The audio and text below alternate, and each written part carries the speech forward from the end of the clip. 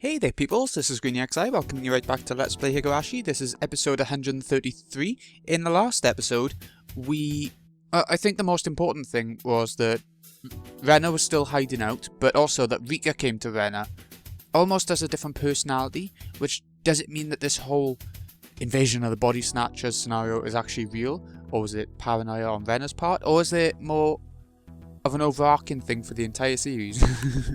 You never know. So, today we're going to carry on with the chapter and see where it goes from here. This area has no streetlights, so I was scared to run fast when I could barely see. Oh yeah, I wanted to mention, sorry, I am absolutely knackered today, so if my voice does sound a bit funny, I don't know, might not sound any different. The moon lit up the sky, but not my steps. The only light I had to see by was my flashlight. The light was very weak, all I could see was a flat gravel road before me. Anything the flashlight couldn't reach was in total darkness. The expression often used in novels, pitch black, wouldn't be appropriate. I might trip over an empty can or a rock any time. Not one to fall, I used the flashlight to its maximum extent to watch my step, but I was still a bit nervous. I started running slower and slower until I was just walking briskly. Did I just stop running because I'm afraid of tripping in the dark? But I usually run around without watching my step during the day. I run around with Rena and Mion all the time.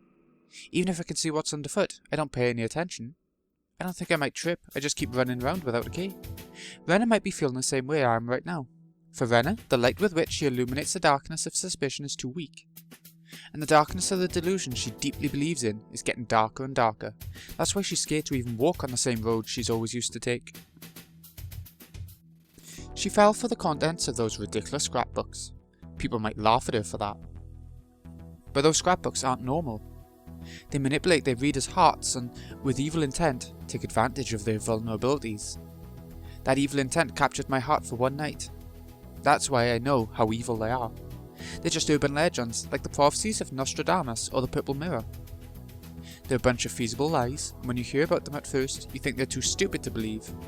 But once you fall for them, it's hard to get them out of your mind for some reason. It'll be the year 1999 in less than 20 years. God. Everybody knows about the prophecy that the world will come to an end in July of 1999. There are even some TV shows about it too, which irresponsibly fan people's fears, so some people take it seriously. See, I always heard it was the year 2000. Like, the millennium bug and all that would destroy all of technology and all that crap. Those people think that the prophecy means the outbreak of nuclear war, so some of them are making shelters in their backyards. Some of them are thinking about freezing themselves by 1999 so that they won't be exposed to radiation, only waking up after it's gone. Those people are completely serious about it. But when you think about it rationally, it's impossible that there'll be an outbreak of nuclear war in 1999. It's true that the Cold War makes us think that the final war will break out any time, but both powers are actually pointing their nuclear missiles at each other, and they know there's nothing to gain for either of them to start a nuclear war. The Soviets might still do it. The Soviets would destroy the world if it meant eradicating liberalism. But that delusion that the Soviets might do it could be neatly swapped for the way Takano-san uses the Sonzaki family in her scrapbooks. When people create a large-scale delusion, like the prophecies above, they always use an incomprehensibly unknown enemy such as the Soviet Union, Nazi Germany, or aliens. And they say something like, you never know, they might do things like that, to try and increase the credibility of their delusions without any evidence whatsoever. What did Takano-san know about the Sonzaki family? Nothing. All she did was use the history of Ankafuchi and say that Sonzaki family is still working behind the scenes, plotting a horrifying conspiracy. Just like one of those large-scale prophecies. It's nothing but just a stupid story, like that one about Nazi Germany, which says that Hitler is still alive and lives in an underground complex somewhere on the North Pole, continuing his plot to conquer the world. You hear about that sort of stuff, don't you? Rena usually doesn't believe in stupid stories like that. But it was just bad timing, I suppose. It was right after she killed Rena Mamiya and Tappei Hojo and was caught by us. She was in a state of panic when she heard the story. We were waiting for her to recover from the shock. But before she did and regained her strength of heart, a poison got into her and spread all throughout her body. When you're sick and have a weakened immune system, it's easy to get another disease. It's just like that. That's it. Rena's just sick right now. When you're very sick, in bed with a high fever, you sometimes feel like you might die from it. But most of the time, you're just overreacting. You get better soon after you take a medicine, eat healthy food, and sleep a lot. That's how she is right now. She caught a mental cold, that's all.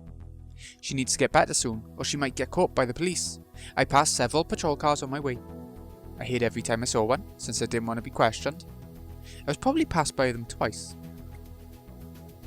When I came close to Rena's house, I saw a car parked near the gate. It was obviously watching her house, trying to capture her when she'd arrive home. Mion ordered the Sonzaki family to find Rena to protect her from the police, but honestly, I'm not sure if they can. After all, Rena believes that the Sonzaki family is after her. But if they don't find her, the police will eventually. If that happens, all of us who helped her bury the corpses will be caught by the police in the end. I don't know how or why the police came to suspect her. I think they only have some circumstantial evidence. I don't think they know she did it for sure. But since they're looking for her, everywhere for her now, they might have some kind of reliable evidence. Rena, come on. You don't have time to play around with Takano-san's scrapbooks right now. The police are after you. It was so dark that I couldn't be sure if she was down there. But I made up my mind and headed down the slope, carefully shining my flashlight to light my way. I wanted to loudly call out Rena's name, but there might be some policemen nearby looking for her. I walked around a trash pile, and then I saw a light. It was Rena. Yay, we found her. I ran towards her hideout, kicking aside the trash in my way. Rena was standing right in front of her hideout, holding a hatchet. Yeah, she looks, she's a bit far gone. I couldn't blame her. She must have noticed all the noise I had made coming down the slope. Ha! Rena? It's me. Keiichi-kun? I sure have a lot of visitors tonight. Who else is here? I shone my flashlight around, but I didn't see anybody else. I'm leaving, because it's not safe here anymore. I don't want you to know where I'm going, so please don't follow me. Rena? What happened to your neck? You're bleeding. I'm okay. They might come back again, though. Rena's neck was all red. Looked like she had some kind of skin disease on her neck. She probably couldn't bear the itchiness and scratched at it really hard. You need to do more than just wipe it with a towel. Come to my house. You need to clean it up. Don't worry about it. It isn't an injury. And it's too late anyway. Too late? What do you mean? They must have put the drug in my food without me realizing. It's the drug that killed Tomotaki-san. They probably used a syringe to inject him with the drug, but they changed their methods this time. I think they put it in someone's lunch. You remember Mi-chan gave out a piece of her omelette to everyone the other day at lunch? Don't you? She must have put it in the omelette. She's smart. She used a slow-acting drug this time. Damn it! Rena kicked the dirt with hatred. She was almost literally kicking Mion's goodwill to the curb. Hey Rena, are you seriously saying that Mion would do such a thing? Rena looked stunned, and she stared straight at me. I noticed a slight accusation in her eyes. I can tell by looking into her eyes that she wants to say, "What are you talking about? I already told you that the Sonzaki family is the mastermind behind the conspiracy." First of all, Mion didn't give out her omelette to everybody that day. Mion cut her omelette into 5 pieces and she told us to take one if we wanted. Rena took the end piece of the omelette before anybody else took one. She said it looked cute and ate it right there. No, that's not what happened. Mi-chan tried to make me eat the omelette because she put a drug in it. Rena, stop interpreting everything so conveniently. Mion just put the 5 pieces of the omelette on the lid of her lunchbox. No, she didn't. She gave out each piece to every one of us. Rena, think about it. Have we ever done something like that before? We usually take whatever we like from everybody else's lunch. Nobody has ever said something like, "This is your piece, so take this," or "This is her piece, so don't take that," you know? She looked at me with that accusation in her eyes. To Rena, everything that comes out of my mouth must sound like a lie. To her, it's a fact that she was poisoned. She knows for sure that the drug was in the omelette. That's why she's contradicting me, because I'm saying something different. I didn't come here to make her mad. I realized that disagreeing would only escalate her anger, so I decided not to. Anyway, you said this place isn't safe anymore. Where are you going to go then? Well, I'll find somewhere. It's not that easy to find a place to sleep. Oh, it's a song again. Say it all the time, but I love it. Why don't you come to my house? I appreciate your offer, but I can't do that. Sonzaki families are looking for me everywhere in the village. I don't think you'd betray me, but I don't think you can hide me from them either. Doesn't Mion know about her dump fascination? It's not the Sonzaki family who are looking for you. It's the police. Why? Ushi-san's on my side, and I told him to leave me alone. I don't think he's looking for me. I think they know that you killed Rena and Teppei. Oh, I see. I was relieved that we were finally on the same page, but I realised I was wrong right away when she laughed in self-derision. Do you know how the police found out that I killed them? No, I have no idea. Nobody saw her killing them. Nobody saw us burying the corpses. We buried them deep in the mountains and we camouflaged the spot perfectly. Plus Mion moved them to a secret place afterwards. So it's impossible that the corpses would be found. I went there this evening. I went there to check the spot where we buried them. Guess what I found? Ah, that didn't sound good. Of course. Ren has no idea that Mion took care of the corpses. She'd think the corpses were still buried there. They weren't there. The corpses. Somebody dug them out and carried them somewhere else. Ah, Rena. That's because, it's impossible that someone happened to dig them up. I chose the place, so the only people who know about the place are me and my friends who were there. That's right. Well, the thing is, I know who did it. It's Mi-chan. They didn't want me to work with the police. They needed to have some insurance. But I didn't think they'd use the police to find me. I guess they don't care how it looks anymore, as long as I'm captured.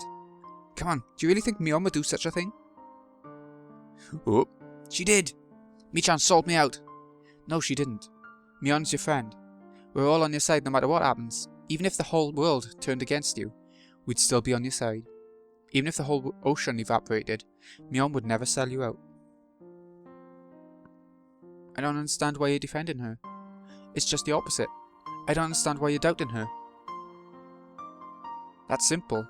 Mio-san revealed the existence of the conspiracy to me, and the fanatics are... Shut up! Shut up! Ah, I'm sorry, I didn't mean to yell at you like that. I apologise, so please listen to me. The corpses are gone because Mion dug them out. See? I told you! Listen to me until I finish. Okay? Mion dug them out because she found out that the place isn't going to be safe for much longer. There's a logging project scheduled to begin on that mountain this summer. That was why. That's why she dug them out, to save you from being caught. Rena laughed at me like I was stupid or something. I could tell she didn't understand anything I was saying. Don't you get it? Mi-chan made that up. She just wants to look good when you're around. She's a dirty bitch. Hey. Then what was she supposed to do? Are you saying that she should have left the corpses there, knowing that the forestry service would find them this summer? She couldn't do that because she's your friend. Why can't you understand that Mi-chan made everything up, including the logging project? You're the one who doesn't understand anything. After I yelled at her, she gave me an icy look. She stared into my eyes, as if trying to find out what I came here for. I came here to wake you up. You're possessed by an impossible delusion because of Takano-san's scrapbooks. At first, I thought it was interesting. This is getting way out of hand. You know why? Because they're making you sick. Oh, the girl who looked just like Rika-chan told me the same thing. You're actually right about that. I mean, I do have the maggot disease, so... No, you don't understand. Listen to me very carefully. You need to lie down and rest for a while, okay? It'd be a lot safer to stay at Mion's house. She can protect you from the police. But if you don't trust her, you can stay at my place. Either way, it's not good for you to stay somewhere uncomfortable like this. Let's just go to my house for now. We'll have some cold tea together. It'll cool your fever down. Then you'll realise how crazy all this was. What are you talking about, Keiichi-kun? You saying that I'm crazy? I'm not crazy. You are. You don't know it, but you're just being controlled by the parasite. Keiichi-kun, you think you have nothing to do with it, but you're one of the victims. You just don't realise it. I'm not blaming you for that. I can save you. I can save everybody, so please trust me for now. You think we're all crazy. You think everybody in this village is crazy, and you're not. Is that what you're saying? It might even be spreading outside of Hinamazawa. They might have already spread it as far as Shishibun City, or to the entire prefecture. I really am the only one who isn't crazy. I know that, thanks to Mayo-san's scrapbooks. I thought you understood that too. Wait a second, Rena. You're saying everybody in the world is crazy except you. That's the same thing as saying you're the only one who's crazy. The world hasn't changed. Nobody is crazy. Nobody is your enemy. If you ask me, it's crazy to believe that you're the only one in this world who isn't crazy, that everybody in this world is your enemy. In short, your only enemy is yourself. I feel sorry for you, Keiichi-kun, but it's okay. It's not that easy to accept the facts Mayo-san discovered. Even she wasn't sure about them, so I understand if you can't accept the truth. That's why I'm gonna fight. I'm gonna fight to save everybody. I'll beat them down and make them stop controlling you. Rena, that's stupid. That's just idiotic. You feel sorry for me? You're stupid. Why don't you understand? Why do you still believe a crazy, stupid story like this? You're just interpreting everything to suit your convenience. They have replacements for Mayo-san, Rika-chan, and me. They're going to replace me after I'm killed. What? Replacements? Are you seriously saying that? You know what? I'm going to tell you the truth. I haven't told you about this yet. The true identity of the parasite is aliens. Aliens? Yes. Oyashiro-sama is also an alien. The description of his descending from the sky matches with alien theories from all over the world. Whenever a great civilization flourished, it was always the aliens who accomplished it. They have advanced knowledge. They came to Earth to help immature humans evolve. Hey, wait just a minute. You must be kidding, right, Rena? The parasite theory was interesting, but aliens? Come on, that's just nonsense. But Rena believes this theory so seriously, and she feels sorry for me because I can't accept it. They've been controlling the community by living as parasites in human bodies. But sometimes someone with sharp intuition comes along and tries to reveal the truth. But they get rid of them in order to maintain the control of the community. They sometimes kidnap those people with sharp intuition, put a piece of metal in their bodies to gain control over them. When that doesn't work, they replace those people with their copies. They made a copy of Mayo-san. They made a copy of me too. Rika-chan's copy just came by a few minutes ago. I talked to it. It admitted that it came from space. It told me that the end of the world is coming soon, and it laughed at me, saying I should struggle as much as I want. I'm gonna fight. I'm not gonna let them domesticate our species. I'll never ever. It's so stupid. I stepped towards Rena and slapped her in the face. I was hoping he would return her to sanity. Wake up! Rena, did you forget? It happened here. Just a few days ago. We all took each other's hands here, didn't we? We promised we'd be a family made of friends forever. Rena played with her wrist. She didn't interrupt, so I continued. If you're seriously saying that aliens are controlling the Earth, I'll believe you. Even if everybody in this world didn't, I would. That's because I'm your friend, and I'm on your side no matter what. But I want you to listen to me too. I want you to listen to me because I'm your friend. Takano-san made up all the stories in the scrapbooks. It's true, Takano-san was an occult maniac. She enjoyed interpreting the old history of Hinamizawa any way she wanted. She made up ridiculous stories out of it, and she read them to people for fun. So the parasite story isn't the only one she made up. There's stories about UFOs, psychic creatures from the underworld, and many other things. So the one you read in scrapbooks was just a new story she made up recently. Don't you remember that she liked to make fun of people? She was just making fun of you because you took her story so seriously. If it was just a story she made up, why was she killed? Her autopsy report said she had been dead for 24 hours when she was found, but she was there at the festival. Why? How are you going to explain the case of Tomitaki-san's death? What about the Sonzaki family? What about the legend of Hinamizawa? What about Oyashiro-sama and Rika-chan? Are you saying everything's made up? Are you saying that the whole world is lying to us? Stop making up connections between everything. That's a typical symptom of paranoia. Don't think so hard. You're just tired. That's why you need to rest. All I'm gonna do is offer you a place to relax, a bed and food. If you can't trust my food, you don't have to eat it. Eat whatever you have. Anyway, please just trust me for now. My story makes more sense than yours. I have evidence to prove it. But all you're saying is that I should trust you. Isn't it obvious who is right? Yes, it's obvious. Me. I'm right. How can you be so sure? It's easy. It's because I'm your friend. Friends never betray one another. Friends always help each other.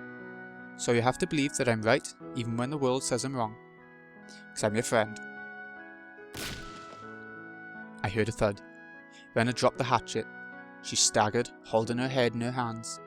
She was muttering something, and it looked like she was asking herself questions. He wants me to trust him, but he has no evidence to prove he's right. He's being absurd. Or maybe he's right and I'm wrong. Am I really just misunderstanding everything? It would be wonderful if that was true. I wished I was wrong so many times. I wished Mayo-san's scrapbooks are nothing but a bunch of stories and the parasite doesn't exist. Some coincidences happened to connect together, and I interpreted them in the wrong way. I really wish that was the case. Don't give up, Rena Ryugu. Be cool, Rena Ryugu. This guy has poison in his words. He's trying to take advantage of my weakness. Everything's too obvious not to believe. It's obvious that the aliens have been trying to invade the Earth, using this village as their base ever since it was called on Keiichi. Keiichi-kun's a victim who's being controlled by them. He's just a victim. But when he grabbed my wrist really hard on that day, I could tell his intentions were true. I still remember the strength of his grip on my wrist. He tried to save me, his friend. I got lost in this crazy delusional maze many times. I prayed over and over that somebody would help me. And now my prayers are answered, and Keiichi-kun is reaching for my hand again.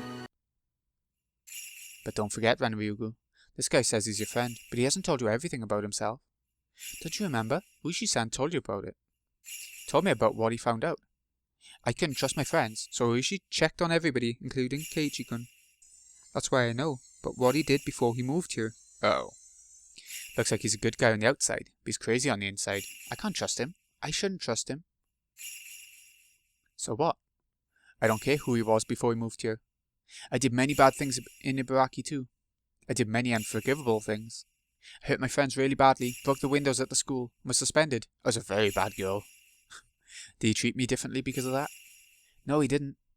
Rena is Rena. He'll forgive me because it was Rena who did all those bad things in Ibaraki. Haha. You won't forgive me. I should know better. Keiichi Maibara believes that I'm a kind and modest girl because he doesn't know Rena. Well, he forgave her for, murder. If he found out about Rena, what would he do? He wouldn't do anything. He wouldn't be scared of me. Rena is Rena. Rena is a different girl. The same goes with Keiichi-kun. I don't care who he was before he moved here. We're even. Are you okay, Rena? Don't touch me. Rena knocked my hand aside when I reached for her. You keep saying you're my friend. You want me to trust you because of that. You want me to believe that you're right, even if the world says you're wrong. You're out of your mind? That's more delusional than anything else. I don't care what you say. I'm your friend. Everything I say for your sake. Don't doubt me. I know I'm right.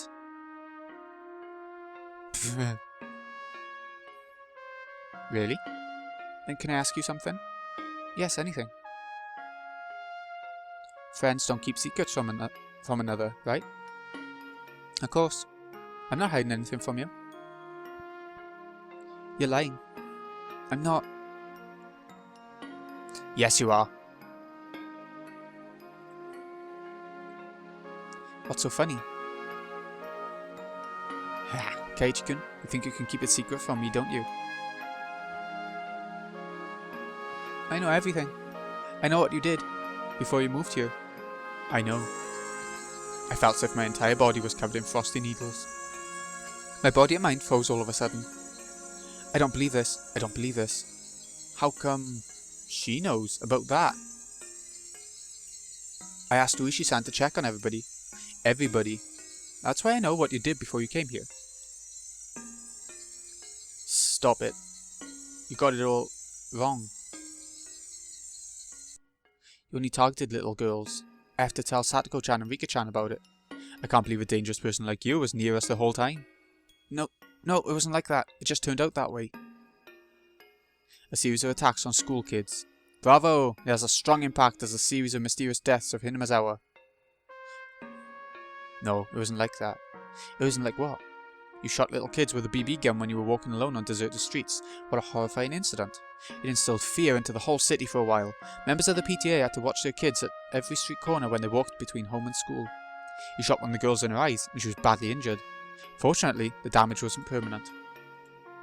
You had a BB gun. You only shot little kids. How disgusting. What made you enjoy it so much? You must have really enjoyed it because you continued to do it for a long time. But then, you turned yourself into the police, accompanied by your parents in a crisis of conscience. You couldn't even take responsibility for your actions on your own. Juvenile law was kind to you, wasn't it? It prevented your name from being disclosed to the public or the victims. I bet your father spent a lot of money to protect you. He paid a lot of compensation to settle a case out of court, and he had you placed on probation. After the case cooled down, he used the power of money, once again, to move far away from the city. Everything solved, right? You're lucky that your father's so rich. No, it wasn't like that. Why didn't you tell us about it? You told me that you did nothing but study at your previous school. Why did you lie like that? I'm sorry. I didn't mean to lie. I thought friends didn't keep secrets from one another, right? So that makes you not my friend. The blades of her words hit hard, and they made my eyes bleed. The blood was clear, and it tasted salty. I can't trust you because of what you did in the past. Don't you ever think you can hide it from me? I remember how deeply I regretted it. I couldn't regret enough. I wanted to forget it, but I couldn't. I made a stupid mistake. Why did she have to bring it up right now? I apologised and accepted everything. We moved here to put it behind me. I wanted to have a fresh start in Hinamazawa. I swore to myself to live a clean life from then on. Everything is ruined now. I'll be a criminal, no matter where I go. I was stressed out with my exam studies. I was frustrated. I randomly shot people. I didn't care if it was girls or kids. Why did I have to do something so stupid? There was no reason. I had no reason to do that. I just wanted to get someone's attention. I didn't have the courage to tell my parents that I didn't want to study. I just wanted somebody to scold me, so I used a childish way to get attention. I regret what I did. I swear I'll never do something that stupid again. If I do it again, they can send me to the chair. If there was something I could do to be completely forgiven, I'd do it, no matter what it was. But no matter how deeply I regret it, and no matter how long I atone for my sin, I'll never be forgiven. That's why I wanted to sweep the whole thing under the carpet, and have a fresh start. I have nothing to say if somebody tells me that forgetting my sins is an act of cowardice. Sins are sins. You can't just get rid of them. You have to carry them for the rest of your life. I know that's the fate of a sinner. If you don't want to live like that, don't be a sinner. I understand that logic too. But then, how are sinners supposed to live? Anyway, you're not my friend. I'm not going to take orders from someone who isn't my friend. I need you to leave me alone for a while, okay? I didn't notice until she spoke that I was on my knees, hanging my head. Rena picked up the hatchet she dropped earlier. I wanted her to hit my head with it. Yeah, that's right. If anything's going to be torn apart, I'd rather it be my body. Compared to the pain of my heart being torn to shreds, I'd rather she'd cut my head off. I believed it. I still believe it. I still believe it right at this moment. I believe that I'm their friend. But in fact, I'm starting to become aware of it. I want to believe I'm their friend because I don't want to accept my past. I'm trying to tell myself that, but I feel stupid crying like this. My face is all messy with tears. I was never their friend. I'm a sinner. And I hid my past from them. I hid it because I was scared. I told her that friends don't hide anything from another. And I hid my past from them. I hid my sin from them. My past has nothing to do with how I live my life here. If I ever attacked a kid in this village just because I was frustrated, I wouldn't mind if they killed me and cut me into pieces. But I'll never do anything like that again. I just want to live normally. What I did before I moved here has nothing to do with my life now. For instance, Rena moved here too. I wouldn't change the way I see her, even if I found out she did something bad before she moved here. Right? I wouldn't, would I? Even if Rena beat some of her friends, or broke all the windows of her school, I wouldn't care because it happened in Ibaraki. She didn't do that in Hinamazawa. Rena's Rena. She's my best friend. That's why I wouldn't see her differently, even if I found out about her past. That's a lie. That's a lie. That's a lie. I'd keep a distance from her if I found out that she really did such things. I'd be scared of her. I wouldn't try to listen to her. Why? It's just a rumour. Why would I be scared of her? She's my best friend.